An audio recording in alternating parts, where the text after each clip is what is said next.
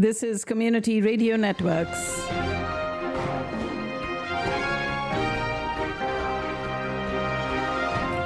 It is Wednesday, the 10th of July.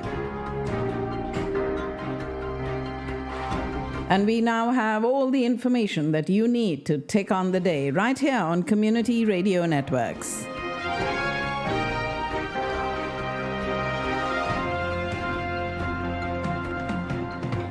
And we'll start with the world news.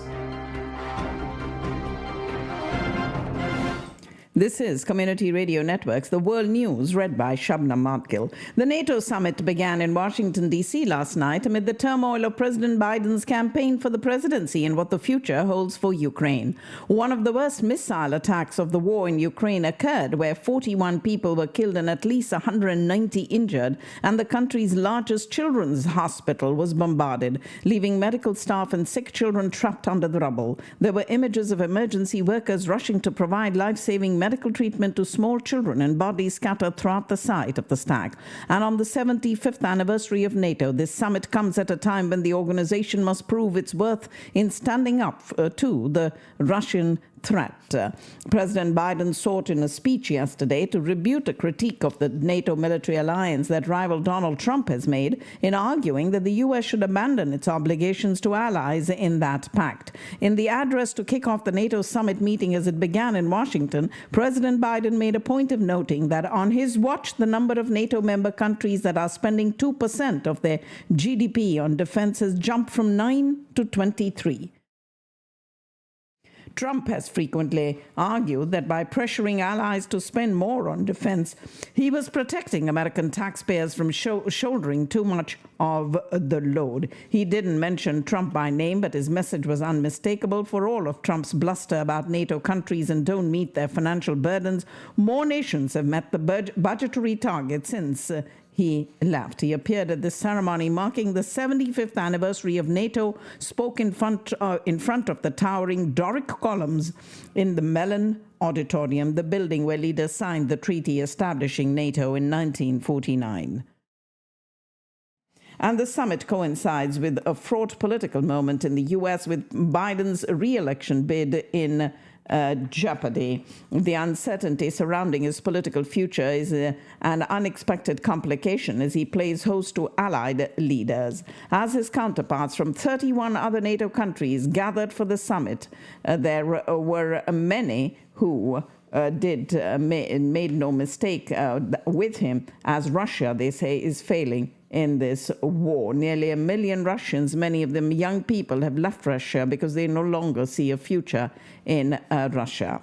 It is Jens Stoltenberg who received the U.S. Presidential Medal of Freedom for his leadership of NATO and strengthening the alliance. President Biden commented NATO's strength and pledged more aid for Ukraine against Russia during the 75th anniversary summit that started yesterday. And NATO signed a $700 million contract for member countries to produce more Stinger missiles to boost arms production capabilities. Eager to turn the page from questions about his mental fitness, President Biden officially opened this summit by announcing what he called a historic donation of critical new air defense capabilities to bolster Ukraine's fight against Russia. The U.S. and an array of other NATO allies sending Ukraine dozens of air defense systems in the coming months, including at least 4 of the powerful Patriot systems that Kyiv has been desperately seeking to help fight off Russian advances in that war. Ukrainian President Zelensky has said that decisive action must be taken before the U.S. presidential election in November to repel Russia's offensive against his country, using this address on the sidelines of the NATO summit to press for greater support during a pivotal but tumultuous stretch in America's political calendar. UN Security Council members confronted Russia over that missile strike the previous day that destroyed part of Ukraine's largest children's hospital, pouring out condemnations at this emergency meeting chaired by Moscow's own ambassador. Russia denies responsibility for the strike at the hospital, where at least 2 staffers were also killed. And a court in Moscow has issued an arrest warrant for the widow of Russian opposition leader Alexei Navalny on charges of extremism. The charges brought against Yulia Navalny, who lives outside Russia in absentia, are to be with her alleged participation in an extremist society. Navalny was Russia's most significant opposition leader of the past decade, died in February in an Arctic Circle jail. Russian authorities said he died of natural causes, but his widow said that he had been tortured, starved, cut off and killed by Russia's President Vladimir Putin. Navalny had been serving 19 years on extremism charges that were widely seen as politically motivated. Democrats in Congress met yesterday as lawmakers returned to Capitol Hill this week for the first time following President Biden's calamitous debate last month, which has prompted concern among the party about the path forward and calls for Mr. Biden to drop out of the 2024 presidential race. And after meeting for around 2 hours yesterday to discuss whether President Biden should remain at the top of their presidential ticket, Senate Democrats seem to agree on one thing: it's best not to talk about it publicly. Behind closed doors, several Democrats expressed deep concerns about whether Biden can win, but no Democratic senators publicly called for him to drop his re-election bid, underscoring the deep bind facing the party at a crucial juncture in the campaign.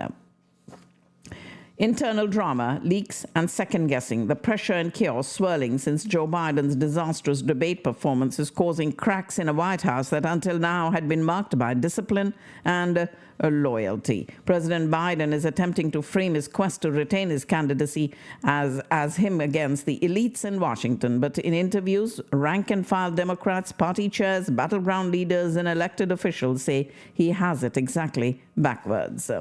George Stephanopoulos, meanwhile, backed away last night from an errant quip he made to a passerby in New York City in which he said that he didn't think President Biden would be able to serve another term in office. "I don't think he can serve 4 more years," he said in a leaked video. ABC News anchor was caught on camera saying he doesn't believe that Joe Biden can serve another term in the White House days after he questioned him about his competence in what was pitted to be a make-or-break interview for the embattled president. The television host was strolling down a New York City street when he was approached by a passerby. And Brooke Huckabee, the 21-year-old mayor of Arabi in Georgia, has made history by being the youngest woman mayor in U.S. history. A college student studying agriculture technology shared her story with News Nation, and this town of about 500 people located 15 miles south of Atlanta elected Huckabee, whose father was also mayor at one point. The sweltering heat wave gripping parts of the U.S. has shattered heat records and is suspected to having contributed to at least 7 deaths. More than 130 million people across the country under heat alerts, with a huge swath of the western U.S. facing red flag conditions due to wildfire risk. And it is the return of searing heat in the Houston area that has deepened the misery for people still without power after Hurricane Beryl crashed into Texas. More than 1.7 million homes and businesses still lacked electricity, down from a peak of over 2.7. A wildfire that's already destroyed more than 26,000 acres in Santa Barbara County is now threatening the former estate of pop star Michael Jackson. Neverland Ranch is among several homes and businesses that are currently being threatened by the so-called lake fire, and emergency crews are making every effort to save them. Alec Baldwin's long-awaited trial for involuntary manslaughter over a fatal shooting on the set of Western movie Rust in October of 2021 will hear opening statements at a New Mexico courthouse today. The jury for Baldwin's trial consists of 16 jurors, with 11 women and 5 men selected out of a group of 70 prospective jurors. The actor has maintained that he did not pull the trigger or known that the gun contained live ammunition, with the armorer on set being convicted of involuntary manslaughter for her role in the incident. World champion Argentina beat Canada 2-0 to reach the Copa America final as they seek to win a third straight major title. And it was Julian Alvarez and Lionel Messi both scored a goal as the 15-time Copa champions produced their best display of the tournament in front of a capacity crowd at the MetLife Stadium in East Rutherford in New Jersey. And now Argentina will face the winners of today's semi-final between Uruguay and Colombia at Sunday's final in Miami. The preserved body of an American mountaineer who disappeared 22 years ago while scaling a snowy peak in Peru has been found after being exposed by climate change-induced ice melt. William Stamp was reported missing in June of 2002, age 59, when an avalanche buried his climbing party on the Huascaran mountain, which stands more than 6,700 meters high. Search and rescue efforts were fruitless, but Peruvian police said his remains were finally exposed by the ice melt, and his body, as well as his clothes, harness, and boots, had been well preserved by the cold, and his passport was found among his possessions, allowing police to identify the body. The Israeli army has dropped thousands of leaflets on Gaza, urging all residents to leave amid an intensified military offensive on the Palestinian territory's main city, as Gaza's health ministry has said more than 38,200 people have been killed in this fighting. Egypt's state-affiliated news said that Gaza ceasefire negotiations will resume in Doha today and then return to Cairo tomorrow after talks between Egyptian President Abdel Fattah al-Sisi and U.S. Central Intelligence Agency Director William Burns. And the UN rights experts have accused Israel of carrying out a targeted starvation campaign that has resulted in the deaths of children in Gaza, as the Red Crescent says all of its medical facilities are out of service in Gaza City. The UN has protested over the latest mass evacuation orders issued by Israel in Gaza, as the army said it had killed dozens of militants in close-quarter combat in its latest offensive in Gaza City. At least 7 migrants were found dead on an island off the western Turkish coastal town of Sasmi, and the search and rescue efforts continue for one missing person. Turkey's Coast Guard arrived at the scene after a fishing boat in the area raised the alarm, and 19 migrants were rescued. Meanwhile, the UN Human Rights Chief has said that his office was following up on reports of a mass grave in the desert along the Libyan-Tunisian border after the bodies of at least 65 migrants were found at another site this year. The Taliban government's morality police will play an increasing role in enforcing religious law in Afghanistan, according to a UN report published yesterday that accused them of creating a climate of fear. The report from the UN Assistance Mission in Afghanistan said the Ministry for the Propagation of Virtue and the Prevention of Vice had negative impacts on the enjoyment of human rights and fundamental freedoms. South Sudan's peace talks that almost reached completion faced a stumbling block, with opposition groups demanding a newly passed bill allowing the detention of people without an arrest warrant scratched out in order to sign a proposed agreement. Kenya has been hosting the high-level meetings since May between government representatives and rebel opposition groups who were not part of a 2018 agreement that ended a 5-year civil war, leaving about 400,000 people dead and millions displaced. Despite the agreement, violence often erupted in the country of 9 million. Uganda is backing M23 rebels fighting across its border in Eastern Democratic Republic of Congo, according to UN experts warning that a rapidly escalating crisis carried the risk of triggering a wider regional conflict. The well-armed M23 is often accused of being a Rwandan proxy force, but the UN experts have put forward evidence to suggest that it also has Uganda's support. And Uganda has denied the allegations in this UN report that also accuses Rwanda of having up to 4,000 troops in the Democratic Republic of Congo fighting alongside the rebels. Ladies and gentlemen, you're listening to the World News on Community Radio Networks. European Union members looking for ways to punish Hungary after the country's leader Viktor Orban continued his self-described peace mission to Beijing under the banner of Budapest's presidency of the bloc. It came after a controversial visit to the Kremlin last week, where he met Russian President Putin and called for an immediate ceasefire in the war in Ukraine. Hungary took up the 6-month presidency, a rotating and largely administrative role, on the 1st of this month. And the European Space Agency's next-generation Ariane 6 rocket lifted off for the first time from French Guiana, a French territory in northeastern South America. The long-awaited launch is part of Europe's efforts to regain independent access to space after roughly a year of relying on Elon Musk's SpaceX for missions such as satellite deployments. This $4.5 billion rocket carried a variety of satellites and experimental spacecraft, most of which were successfully deployed. Millions flocked to Barcelona's Spain every year to enjoy a sweet taste of idyllic European life, but over the weekend, thousands of people marched through the streets and sprayed visitors with water guns in outrage over mass tourism. Protesters clapped and chanted, "Tourists, go home," and carried signs with anti-tourist slogans, arguing that the flood of visitors has driven up living costs for residents. About 2,800 people took part in this, and the members of the protest group, which translates to the Neighborhood Assembly for Tourist Degrowth, say as many as 20,000 joined. Spain is moving on to the final at the Euro 2024, defeating France 2-1 in yesterday's semi-final match at Munich Football Arena in Germany. England can reach back-to-back European Championship finals when it meets the Netherlands in Dortmund in the second semi-final, and the winner plays Spain in this Sunday's final. Meanwhile, Novak Djokovic reaches the semi-finals after Alex de Minaur withdraws in this unexpected turn of events. Novak Djokovic advanced to the Wimbledon semi-finals this morning after his quarter-final opponent withdrew due to a hip injury.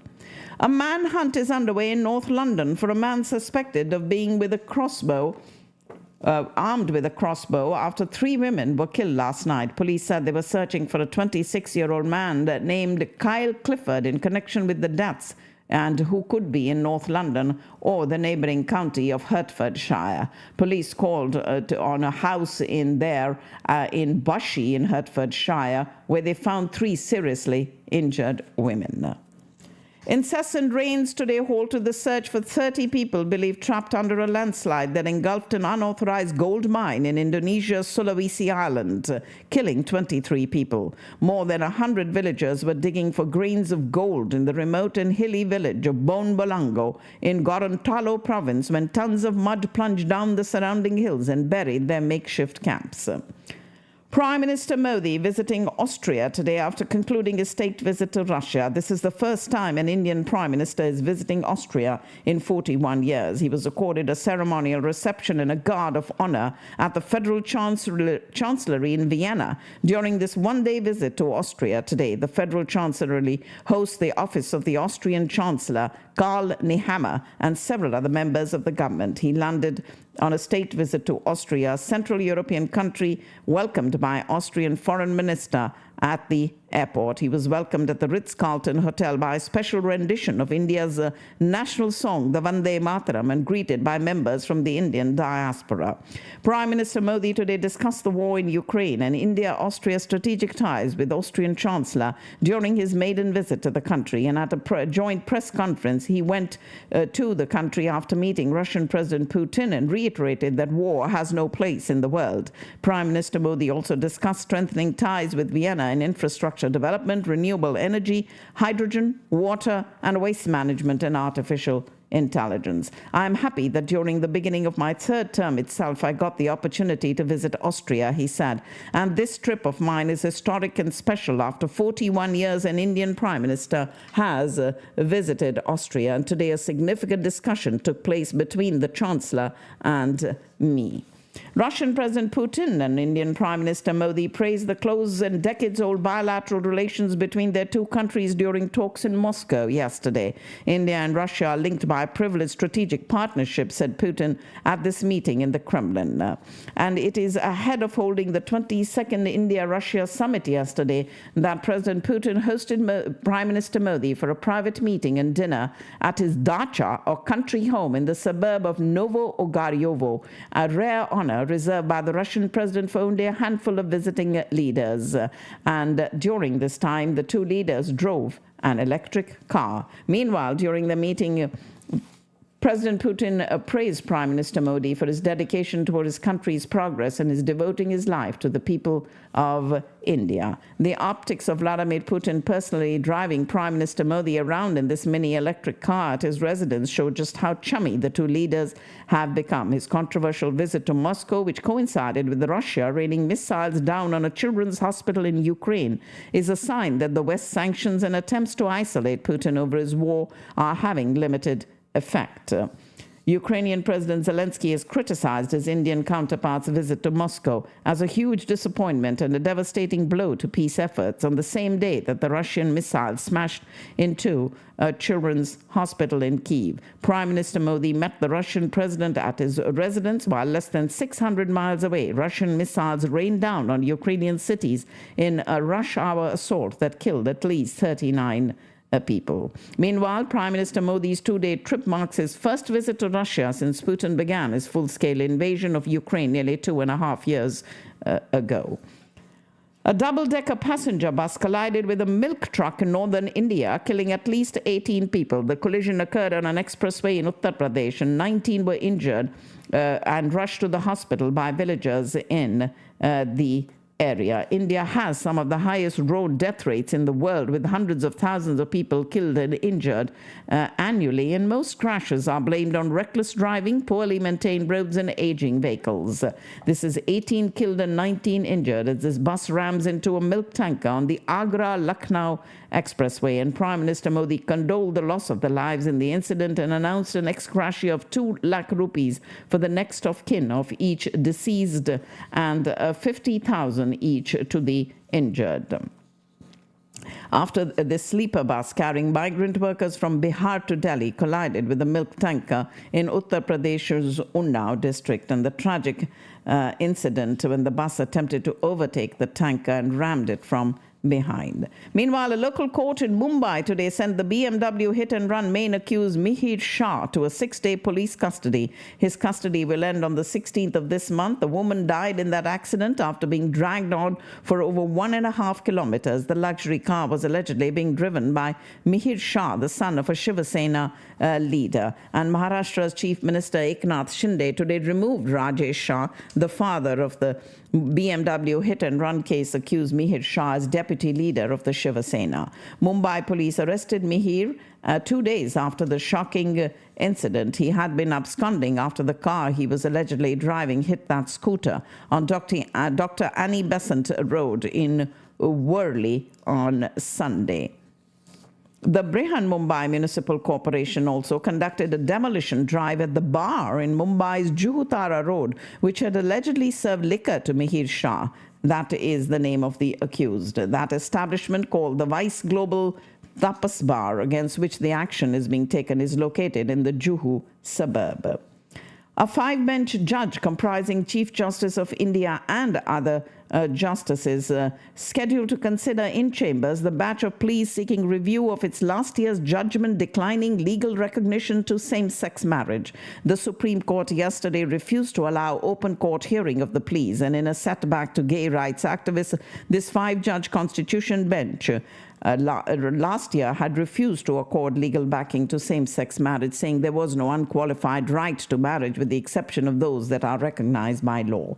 And the Supreme Court of India today held that a Muslim woman divorcee is entitled to maintenance from her husband even after divorce under Section 125 of the Code of Criminal Procedure, not a charity but a right, the court said while delivering that verdict. This is among the several rulings of the apex court that has gone on to empower Muslim women in India. The High Court in New Delhi had on the 25th of last month stayed the bail granted to Arvind Kejriwal by the trial court after the Enforcement Directorate moved the court, challenging the trial court's June 20th bail order. And now they will hear the Enforcement Directorate's plea challenging the bail by the City Court on the 15th of this month. The Supreme Court also today pulled up Delhi, Haryana, Uttar Pradesh, Rajasthan, and Punjab over vacancies in pollution control boards, saying this has rendered them toothless while seeking a time-bound plan within 3 weeks for filling up all vacant posts. Delhi fared the worst with 233 out of the 344 posts vacant in the Delhi Pollution Control Committee, and Haryana reported 202 vacancies out of 483, Rajasthan 476 out of 808, and Punjab 315 against nearly 650. The Indian Meteorological Department has issued a yellow alert in most of northern India and central India states as monsoon has gripped the entire country with reports of waterlogging and floods in several states. The department issued this orange alert in Uttar Pradesh, Bihar, central Maharashtra, Assam and Meghalaya, predicting extreme to very heavy rainfall. Red alert has also been issued in West Bengal, Sikkim and Arunachal Pradesh. And it is ex-Jammu and Kashmir Chief Minister Mehbooba Mufti's daughter who says she received a spyware threat notification. Iltija Mufti criticized the government for using spyware to surveil political opponents and said she's entitled to the right to privacy. Her daughter, that is Mehbooba Mufti's daughter, said that she received this threat notification from Apple, informing her that she has been targeted with spyware attempting to compromise the iPhone associated with her Apple ID. She shared this alert was sent to users in 98 countries. The U.S. Department of State has once again stressed the need to uphold civil liberties in Pakistan while advising against the use of violence to advance political causes.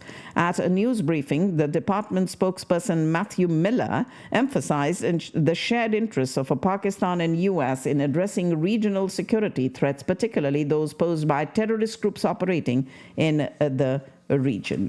The federal cabinet in Islamabad meeting today to decide the fate of Afghan refugees residing in the country as Prime Minister Shehbaz Sharif complained to the UN High Commission for Refugees that only 9,000 out of 70,000 who had worked for the US and allies had been sent to a third country over the 3 years.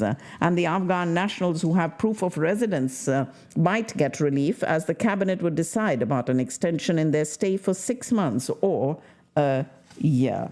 World champion Mohammad Hamza Khan will lead a 4-member Pakistan team at the WSF World Junior Individual and Team Squash Championship being held in Houston from the 12th to the 23rd of this month. The Pakistan squad departing from Islamabad said that this was issued by the Pakistan Squash Federation. And the Pakistan Cricket Board has sacked selectors Wahab Riaz and Abdul Razak following the team's disappointing T20 World Cup campaign last month.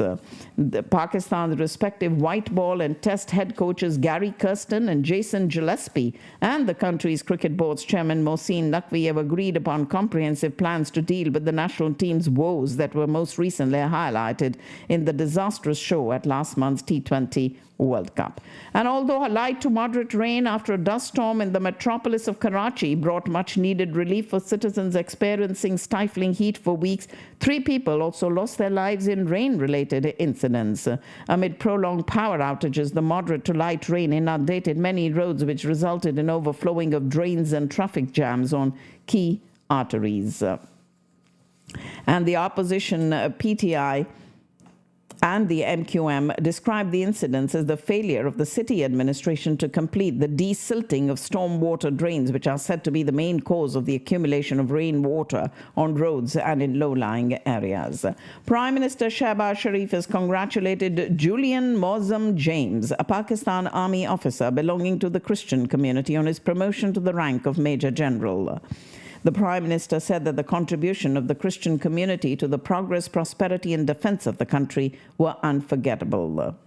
Meanwhile, last month, Dr. Helen Mary Roberts was promoted to the rank of brigadier in the Pakistan Army Medical Corps, making her the first female brigadier to hail from the country's Christian community. Ladies and gentlemen, that's all I have in the world news for you, but I do have your financial news coming up in just a minute.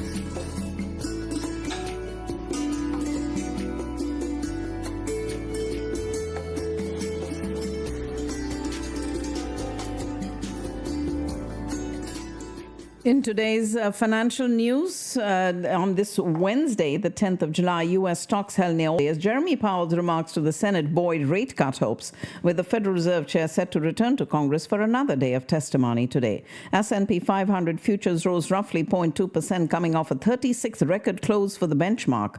Dow Jones Industrial Average futures wobbled along the flat line, while contracts on the tech-heavy Nasdaq edged 0.3% higher. Oil dropped in a session marked by wild price swings as traders dissected Federal Reserve Chair Jeremy Powell's testimony to Congress. West Texas Intermediate fell 1.1% to settle below $82 a barrel as thin liquidity exacerbated price swings within a roughly $1 range. And global shipments of personal computers have risen by 3% in the second quarter, helped by demand for AI-capable devices, with Apple seeing the biggest growth among PC makers. And the PC shipments reached 64.9 million units in the 3 months that ended in June, marking a second straight quarter of growth after 2 years of a decline. The AI juggernaut that has powered the S&P 500's rally this year is expected to keep fueling returns over the next 6 to 12 months. This according to BlackRock analysts. Microsoft Corporation and Apple Inc. dropped plans to take board roles at OpenAI in a surprise decision that underscores growing regulatory scrutiny of big tech's influence over artificial intelligence. Microsoft, which invested $13 billion in the ChatGPT creator, will withdraw from the board. And Apple, due to take up a similar role, but an OpenAI spokesperson said the startup will have no board observers after Microsoft's departure. When it comes to valuing and analyzing Tesla stock, Wall Street analysts, at least the bullish ones, say the company is more than an automaker. And one area of outsized growth for Tesla beyond its car business could be energy. In its second quarter production and delivery report, Tesla said it deployed 9.4 gigawatt hours of battery energy storage, its highest quarterly amount ever, and more than double the amount of battery storage the company deployed in the first quarter. Tesla's energy storage business, part of Tesla Energy, includes installations as small as Powerwall batteries for the home to massive megapack storage facilities meant for utilities and municipalities to store large amounts of energy for deployment at peak energy usage times. Kroger and Albertsons released a list of 579 stores the company plans to sell should this $24.6 billion merger between the grocery giants be approved by regulators. Kroger has begun informing employees at affected locations that they will become employees of C&S after the close of this merger. The merger represents approximately 20% of the U.S. grocery market and would affect 1 out of 6 grocery laborers if approved. Upstart non-alcoholic beer producer Athletic Brewing Company raised $50 million in equity financing this week, doubling its overall value in just 2 years to $800 million. The company is led by former hedge fund trader Bill Shuffelt and has been credited with catalyzing a boom in non-alcoholic beer options since its brightly colored cans hit stores in 2018.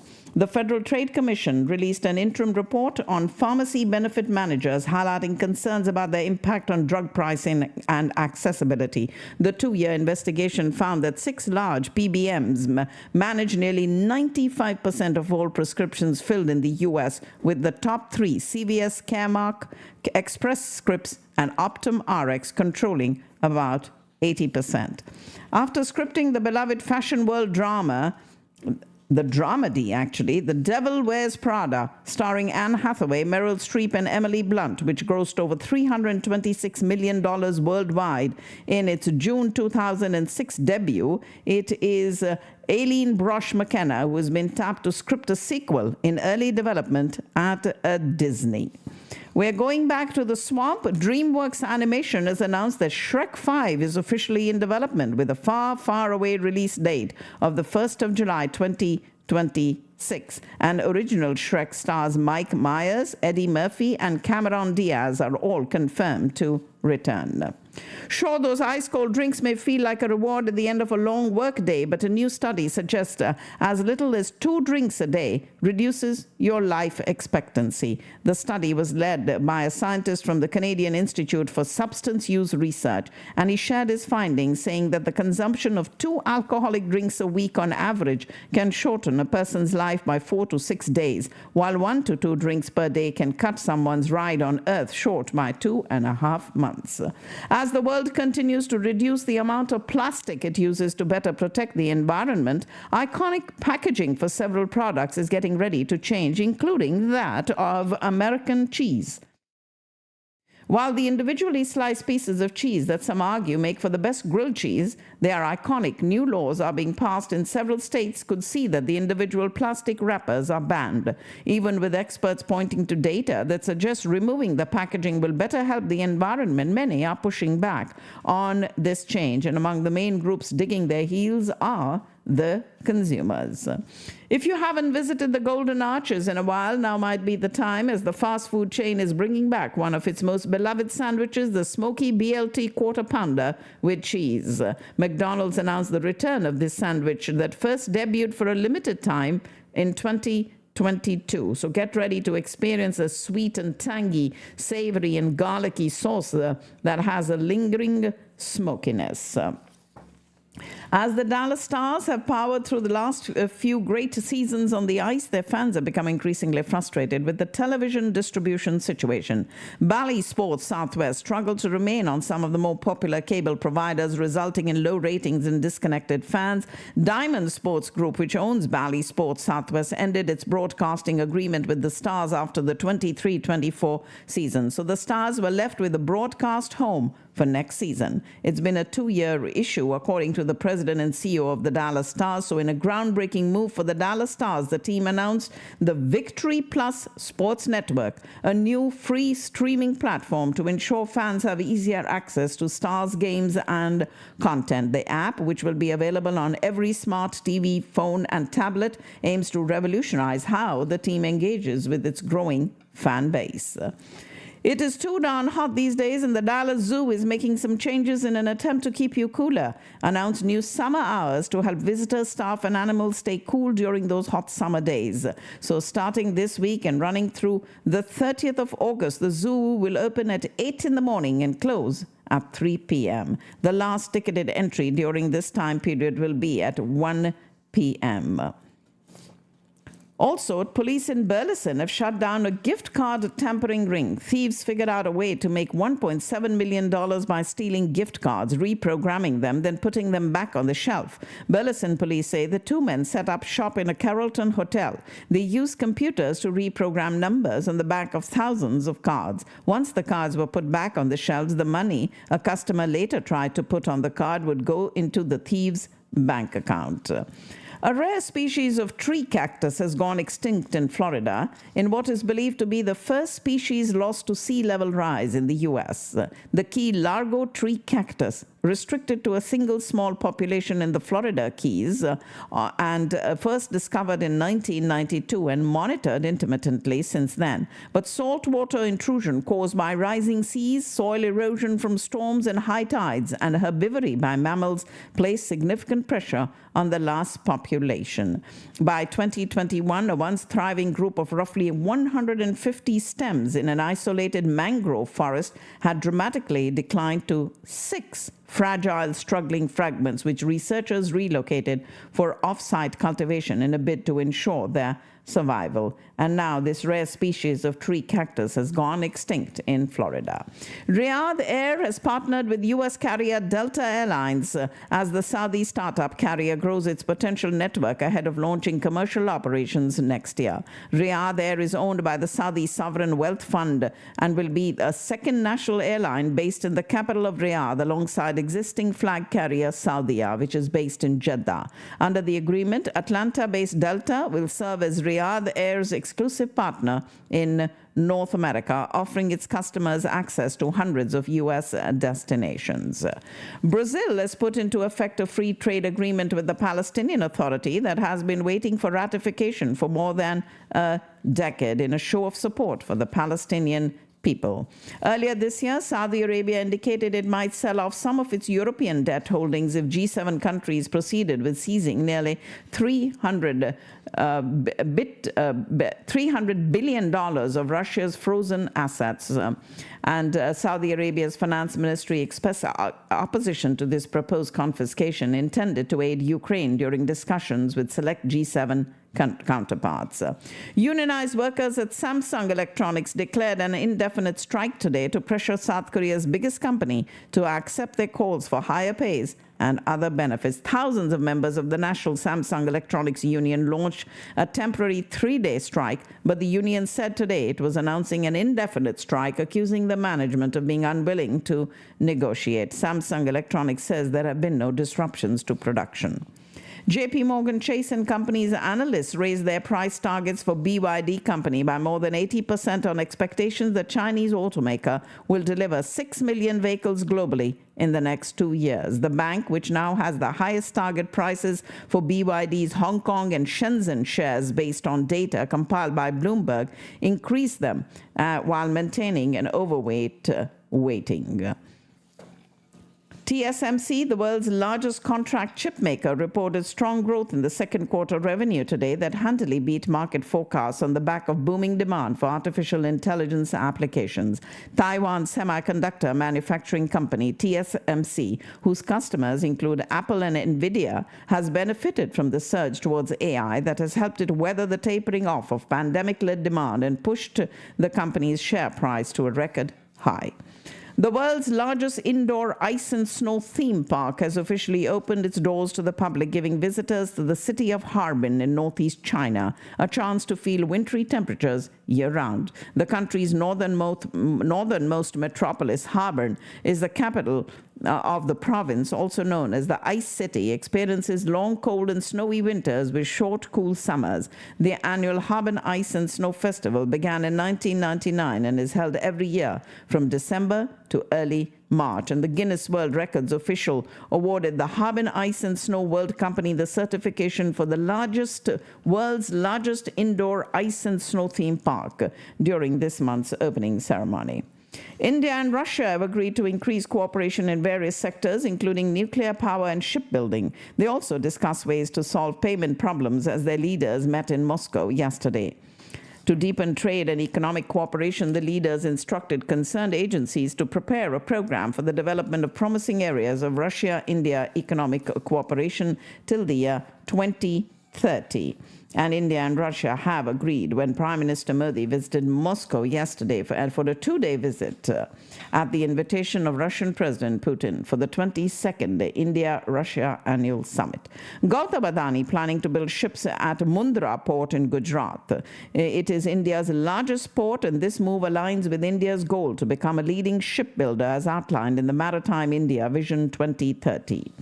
Currently, India holds the 20th position in global shipbuilding market with a small share of 0.05%. However, India aims to move into the top 10. Benchmark stock market indices reached all-time highs at the opening today, driven by a surge in shares of car maker Maruti Suzuki. However, these gains were short-lived as financial stocks dragged the benchmarks down. The S&P, BSE, Sensex, and the NSE Nifty 50 each rose about 0.1% at the opening, setting new record highs for the second consecutive session, and the Nifty now has achieved record closing highs 16 times out of 27 sessions since the start of June, surpassing the Sensex in this regard. Precious metals showed mixed trends in the Indian market today. Gold is trading on the higher side of the multi-commodity exchange, while silver prices have recorded a dip today. Gold futures stood at 72,570 rupees per 10 grams. Emcure Pharma made a strong debut on the stock exchanges today, with shares listing at a premium of 32% over the issue price. Paytm has secured approval from a government panel that oversees investments linked to China to invest 500 million rupees, that's $6 million, in a key subsidiary. The approval, which still has to be vetted by the Finance Ministry, will remove the main stumbling block to the unit, Paytm payment services resuming normal business operations.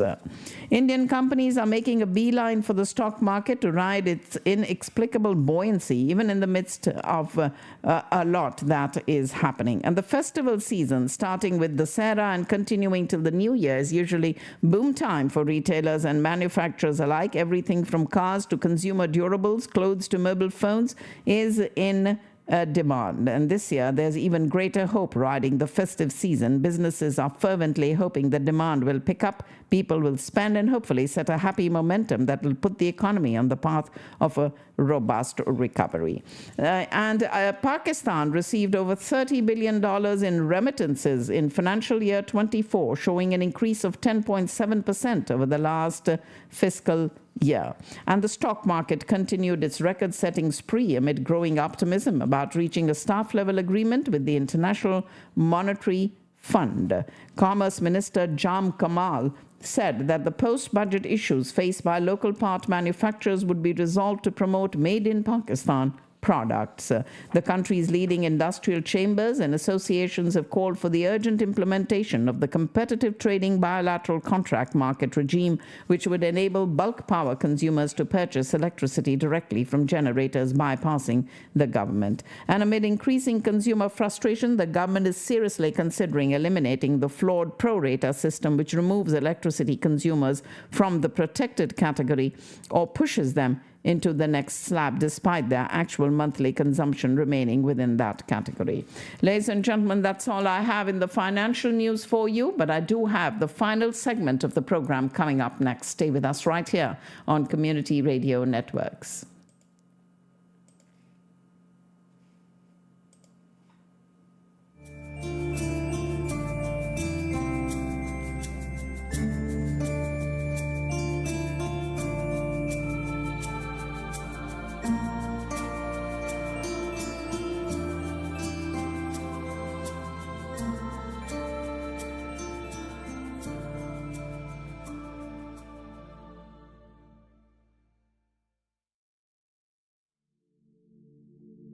There are lots of AI writing apps out.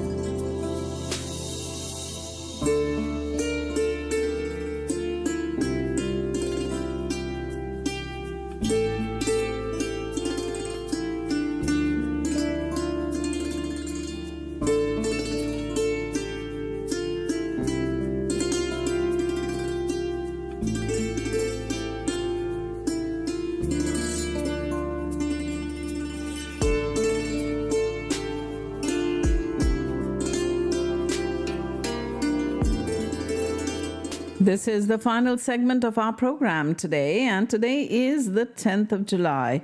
And it was in the year 1893 that trailblazing physician Daniel Hale Williams successfully performs one of the world's first open-heart surgeries at the Providence Hospital in Chicago. Not only is he a pioneer of the procedure, he is one of just 3 African-American physicians practicing in Chicago at a time when many white-run hospitals refused to treat black patients, much less hire black doctors. He was born in Pennsylvania and worked as a shoemaker's apprentice and a barber before graduating from Chicago Medical College in 1883. And 8 years later, seeing the need for more training and employment opportunities for black people in the medical field, he founded the first interracial hospital and nursing school, the Providence Hospital and Training School for Nurses. It was on today's date that the pioneering black doctor performed a successful open heart surgery, and that happened in the year 1893. In 1894, he became the chief surgeon at Freedman's Hospital in Washington, D.C., and during this time there he worked to reduce the hospital's mortality rate and helped found the National Medical Association to represent black medical professionals whom the American Medical Association refused to admit. On the 10th of July 1925 in Dayton, Tennessee, the so-called Scopes monkey trial begins with John Thomas Scopes, a young high school science teacher accused of teaching evolution in violation of a Tennessee state law. The law, which had been passed, made it a misdemeanor, punishable by fine, to teach any theory that denies the story of the divine creation of man as taught in the Bible, and to teach instead that man has descended from a lower order of animals. With local businessmen, Scopes had considered to get charged with this violation, and after his arrest, the pair enlisted the aid of the American Civil Liberties Union to organize a defense. Hearing of this coordinated attack on Christian fundamentalism, the 3-time Democratic presidential candidate there and a fundamental hero volunteered to assist the prosecution. Soon after, the great attorney Clarence Darrow agreed to join the ACLU in the defense, and the stage was set for one of the most famous trials in U.S. history, the Scopes monkey trial that began on today's date in 1925, got underway, and within a few days, hordes of spectators and reporters had descended on Dayton as preachers set up revival tents along the city's main street to keep the faithful stirred up. But inside the Rhea County Courthouse, the defense suffered early setbacks when the judge ruled against their attempt to prove the law unconstitutional and then refused to end his practice of opening each day's proceeding with prayer.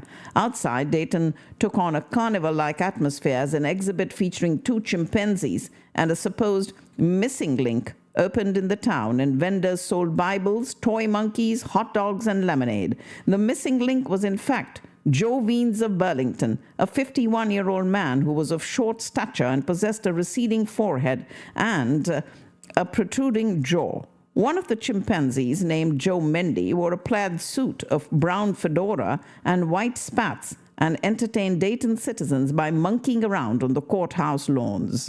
And in the courtroom, the judge destroyed the defense's strategy by ruling that expert scientific testimony in evolution was inadmissible on the grounds that it was Scopes who was on trial, not the law he had violated. The next day, he ordered the trial moved to the courthouse lawns, fearing that the weight of the crowd inside was in danger of collapsing the floor out there. It was the Scopes monkey trial that began on today's date in 1925. And 5 days later there he laid down for a Sunday afternoon nap and never woke up, and that was in front of 1,000 spectators in the open air. That Darrow changed his tactics, and his sole witness called Brian in an attempt to discredit his literal interpretation of the Bible. In a search examination, Brian was subjected to severe ridicule and forced to make ignorant and contradictory statements to the amusement of the crowd. And in his closing speech, he asked the jury to return a verdict of guilty in order that the case might be appealed. Under Tennessee law, Brian was thereby denied the opportunity to deliver the closing speech he had been preparing for weeks. And after 8 minutes of deliberation, the jury returned with a guilty verdict, and The judge ordered Scopes to pay a $100 fine, the minimum the law allowed. And although Bryan had won the case, he had been publicly humiliated and his fundamentalist beliefs had been disgraced. And he never woke up. In 1927, 2 years later, the Tennessee Supreme Court overturned the monkey trial verdict on a technicality, but left the constitutional issues unresolved until 1968, when the U.S. Supreme Court overturned a similar Arkansas law on the grounds that it violated the First Amendment. The U.S. Patent Office issues the Swedish engineer Nils Bohlin a patent for his three-point automobile safety belt for use in vehicles, especially road vehicles, on the 10th of July, 1962. 4 years earlier, Sweden's Volvo Car Corporation had hired him, who had previously worked in the Swedish aviation industry, as the company's first chief safety engineer. At the time, safety belt used in automobiles was limited mostly to race car drivers, and the traditional two-point belt, which fastened in a buckle over the abdomen, had been known to cause severe internal injuries in the event of a high-speed crash. Bohlin designed his three-point system in less than a year, and Volvo introduced it on its cars in 1959, consisting of two straps that joined at the hip level and fastened into a single anchor point. The three-point belt significantly reduced injuries by effectively holding both the upper and lower body and reducing the impact of the swift deceleration that occurred in a crash. Bohlin filed for a patent in the U.S. for his safety belt design in 1959, and the U.S. Patent Office issued that patent to him.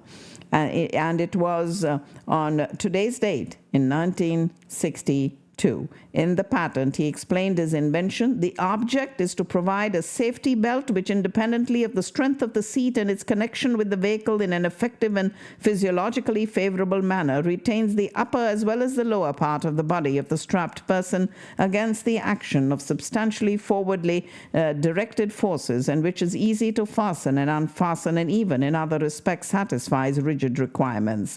Volvo released the new seatbelt design to other car manufacturers, and it quickly became standard worldwide. The National Traffic and Motor Vehicle Safety Act of 1966 made seatbelts a required feature on all new American vehicles from the 1968 model year onwards.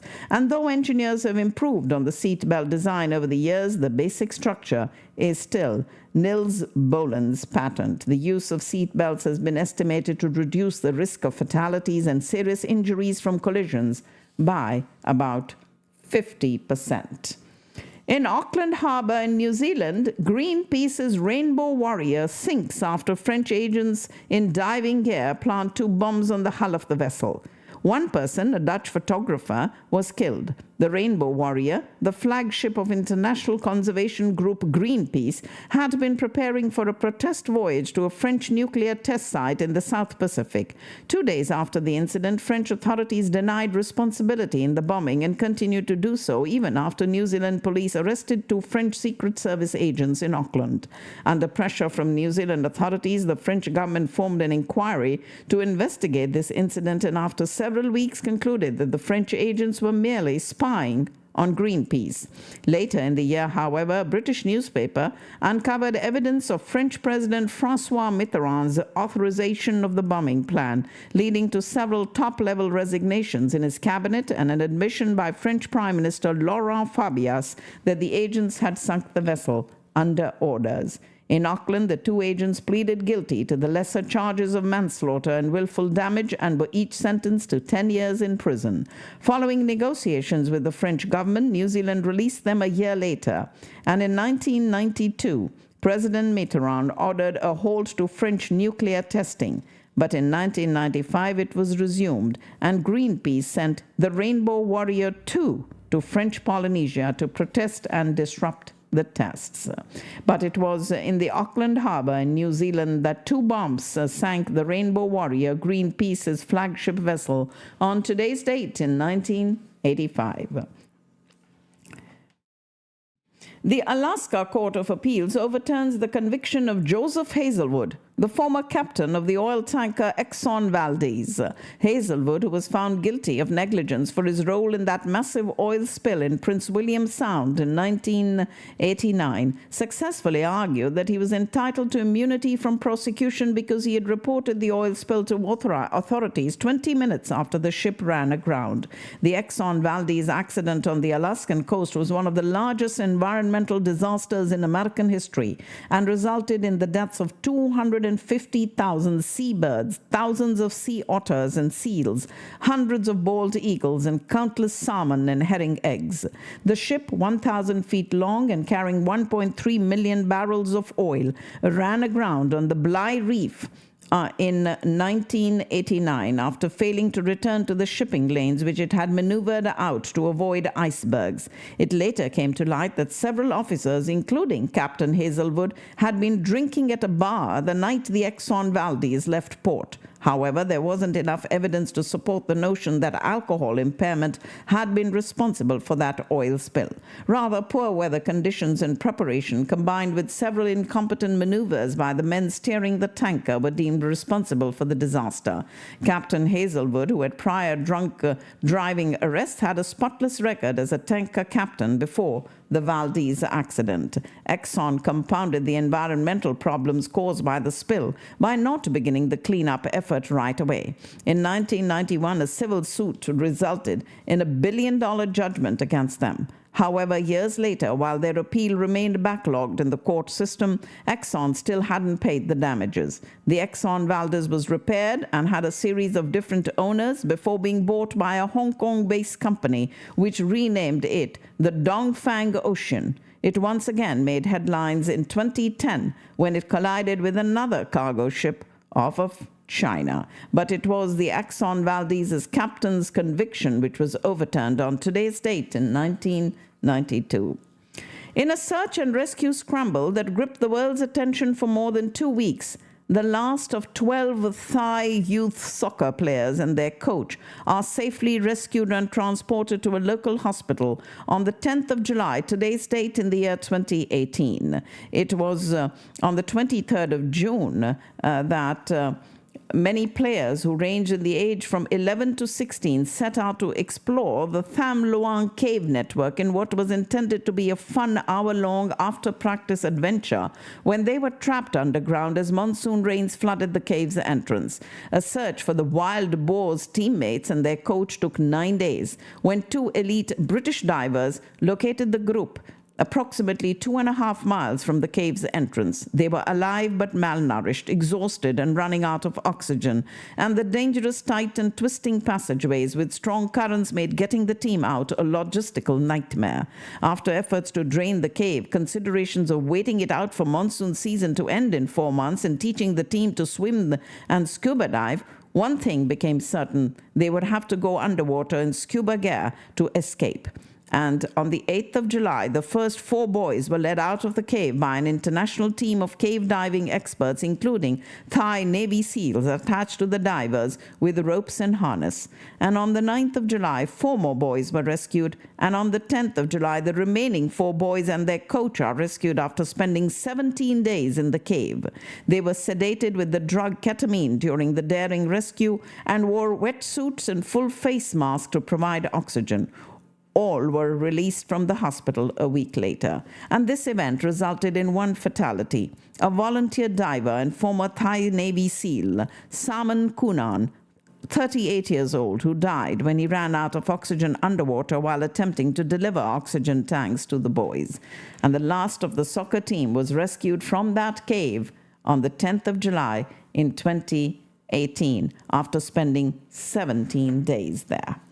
Ladies and gentlemen, these were some stories from the annals of history that happened on today's date, which is the 10th of July. And I have huge thanks going out for making this program possible. Thanks going out to Discount Power, to Houston EB5, the Ahluwalia Law Offices, the Wyndham Hotel in Irving, Digital X-Force, Kinzer Law, Mike Kolachi, Ruchi Palace by Mike Kolachi, Shri Vimal, Vimal's Venue, Eggholic, Mystic Mandala, and Flashbrush Productions. Going to remind you about some of the events that are happening here in town, of course, the Texas Super Kings and the LA Knight Riders all playing the cricket match that is going on. And it is today that they have a match in Morrisville, and then they'll have another one on the 12th, and then next week they'll be back in Dallas for the rest of the matches.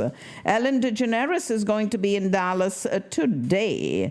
We are also excited to inform you of the upcoming J.K. Yoga Leadership Workshop for Youth at the Radha Krishna Temple of Dallas, and that's happening this weekend, 12th and 13th, two-day workshop, including inspiring lectures on business from industry leaders and successful entrepreneurs.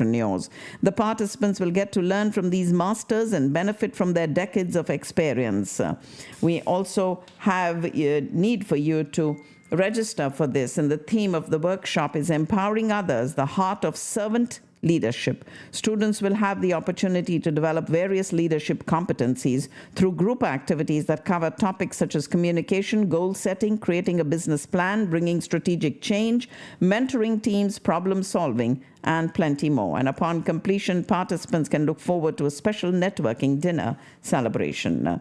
This workshop for youth is happening on the 12th and 13th, both days from 8:30 to 5:30. The South Asian Business Alliance, SABA, are having their monthly event, and that is happening this Saturday, the 13th of July, from 11 to 1 at the First United Bank in McKinney on Craig Ranch on Custer Road. And the topic is AI and startups. So here you are with this chance to delve into the dynamic world of information technology and artificial intelligence, and great opportunity to connect, learn, and grow with like-minded professionals in the South Asian business community. You can expand your network, meet and connect with influential business leaders and professionals, and gain insights and learn from industry pioneers' experiences and expertise as you explore opportunities and discover new business opportunities and collaborations. And on Sunday, Rohit Sharma's Cricket Academy's grand launch is happening. For those of you who'd like to be a part of it, please call Shalu at 201-245-6299. The Hitman is coming to Texas this Sunday. Crick Kingdom Cricket Academy by Rohit Sharma set to make its grand debut. The Carom Grand Masters is happening on the 19th, 20th, and 21st. And we have Atif Aslam coming to Texas. The concert, there's only one concert in Texas, and it is happening in Austin on Sunday, the 21st, at the Long Center. And that's the only show in Texas. Sri Shirdi Sai Baba Temple of DFW on Plano Parkway inviting you to their Guru Purnima celebrations. They'll start on Saturday the 20th in the evening, but the main day is Sunday the 21st, starting at 7 o'clock in the morning with the first Aarti, and then 9:30 will be the last Shej Aarti. Guru Purnima celebrated all over the world to express gratitude and reverence to one's teachers, gurus, and spiritual guides for the knowledge that they impart on us. And on this auspicious day, the Sri Shirdi Sai Baba Temple honors and expresses gratitude and seeks the blessings from Sadguru Shirdi Sai Baba, happening at their mandir on Plano Parkway. And let me give you their website. It's shirdisaidallas.org. The Wishwin Spellathon has been announced. The preliminaries for the Junior Spellathon are on the 26th and 27th of this month, and the preliminaries for the Senior Spellathon on the 28th and 29th. Shahnaz Gill will be in Dallas, and that will be at the Grandian Event Center in Frisco on the 27th of July. Al Noor International are presenting their 5th Cruise Mushaira, and that will be happening also on Saturday, the 27th.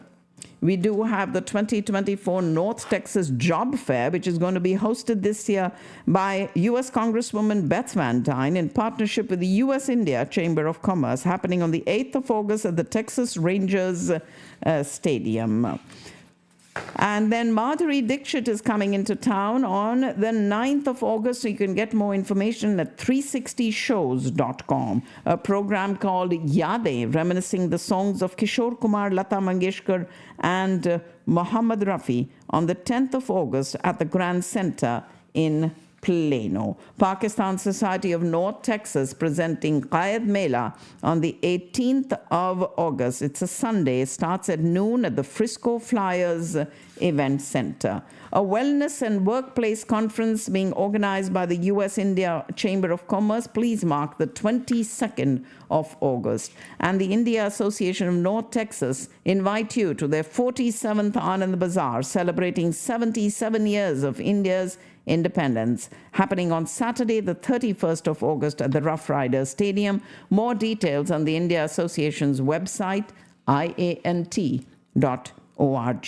Join the Brahma Kumaris of Dallas in welcoming Sister Shivani, a globally renowned spiritual teacher and motivational speaker, as she guides us with ancient wisdom to bring hope and clarity in these times of confusion and chaos. On Sunday, the 8th of September, from 2 to 4 at the Credit Union of Texas Event Center in Allen. And Season 2 of Mughal-e-Azam, that Broadway-style show that you all enjoyed last year. It's going to be back in Dallas at the Dallas Music Hall, and that's going to be on the 13th, 14th, and 15th of September. Also on the 14th of September, Flash Brush Productions brings you Bridal Expo at the Frisco Hall. For those of you who'd like to be a part of it, please call Priya. Her number is 972-963-0954.